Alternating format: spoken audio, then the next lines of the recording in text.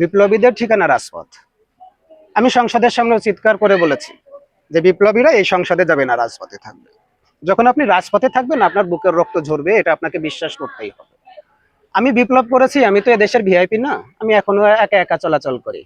আপনার সবাইকে যে দেখেছেন সর্বদলীয় একটা সমাবেশ এখানে হয়ে গেছে। হয়তো আমরা আরো কয়েকজন মারা গেলে পরে প্রত্যেকটা রাজনৈতিক দল আবার ফ্যাসিস্ট বিরোধী এক জায়গায় হয়ে যাবে। হাদি ভাইয়ের উপর গুলির ঘটনার পর থেকে তো দেখতেছি যে অনেকে বলতেছে যে ফ্যাসিস্টের দোসরদের সাথে পরকীয়ার কথাগুলো বলে ফেলতেছে। আসলে অনেকেই পরকীয়া করেছে। আপনারা যখন পরকীয়া করেছেন আমরা আবার বেড়ার ফুটো দিয়ে দেখে ফেলেছি, এটা আপনারা আসলে জানেন না। হাদি ভাইয়ের উপর এই যে হামলা, এটা শুধু ওই টার্গেট কিলিং, এটা শুধু অমক দলের এভাবে চাপাই দেওয়া যায় না। আমাদের দোষ আছে, আমাদের প্রত্যেকটা ব্যক্তির দোষ আছে। কারণ আমরা কেন যেন 24-এর আন্দোলনের পরেই সবাই একেবারে মাত্র 2 মাসের মাথায় সবাই আলাদা আলাদা হয়ে গেছি। হ্যাঁ, আমরা যখন বিচ্ছিন্ন ভাবে থাকবো, আমরা যখন আলাদা আলাদা হয়ে যাব নিজেদের স্বার্থে, রাজনৈতিক স্বার্থে, অর্থের স্বার্থে, তখন ওই যে ভেড়ার পাল আলাদা হয়ে গেলে নেকড়ের আক্রমণ করতে একটু সুবিধা হয়। আমরা চাইবো যে যারাই আছে এই সব একজন আরেকজনের উপর দোষ না চাপিয়ে সামনের নির্বাচনকে কেন্দ্র করে আপনারা একটু এক জায়গায় হয়ে যান। এক জায়গায় হয়ে গেলে আপনার আর কারোর কাছ থেকে প্রোটেকশন নেওয়া লাগবে না। আর পুলিশেরই তো নিজের জানমালের নিরাপত্তা নাই। পুলিশই তো এখন কোনো আন্দোলন দেখলে আগে পিছনে যায়, পরে সেনাবাহিনীকে ফোন দেয় যে আপনারা একটু আসেন। এটা হয়েছে কিভাবে? দীর্ঘদিন ধরে আমাদের স্বরাষ্ট্র উপদেষ্টা মহোদয় বলদ, উনি চেষ্টা করেছেন যে পুলিশের কিভাবে হাত পা বেঁধে রাখা যায়। ব্রিগেডিয়ার সাখাওয়াত হোসেন স্যার ছিল স্বরাষ্ট্র উপদেষ্টা, আপনারা দেখেছেন। উনি একেবারেই ভালো মানুষ এবং উনি স্বরাষ্ট্র উপদেষ্টার অনেক কিছু বুঝতেন।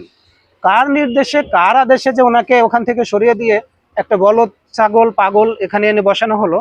দীর্ঘদিনের প্র্যাকটিসে আমাদের পুলিশ সদস্যরা এতটুকু বুঝছে যে আমাদের পরিবার আছে, আমাদের নিজের জীবনের ভয় আছে। এখন পুলিশ আসলে এই নির্বাচনে এইভাবে করতে পারবে না, পুলিশ আসলে কাউকেই প্রোটেকশন দিতে পারবে না। আমাদের পুলিশ, আমরা যতই গালি দেই, সারাদিন ধরে গালি দিচ্ছি, রাত্রে যখন আমরা ঘুমোচ্ছি দেখি পুলিশ আমাদের পাহারা দেয়।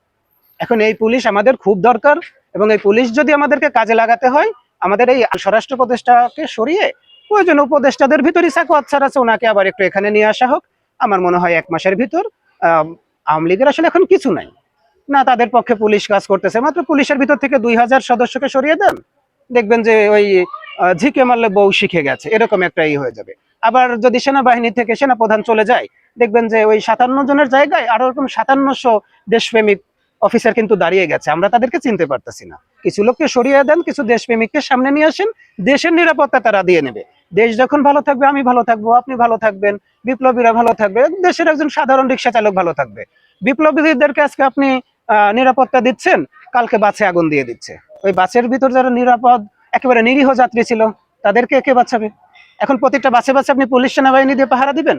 এভাবে হয় না। আপনার ভিতর ভয় ঢুকলো কেন? আমি তো সেটাই বুঝি না। আপনি তো বিপ্লবী, আপনি বিপ্লবী, আপনি গালি না দিয়ে কেমন যেন বিনয়ী হয়ে গেলেন। বিপ্লবীরা বিনয়ী হয় না।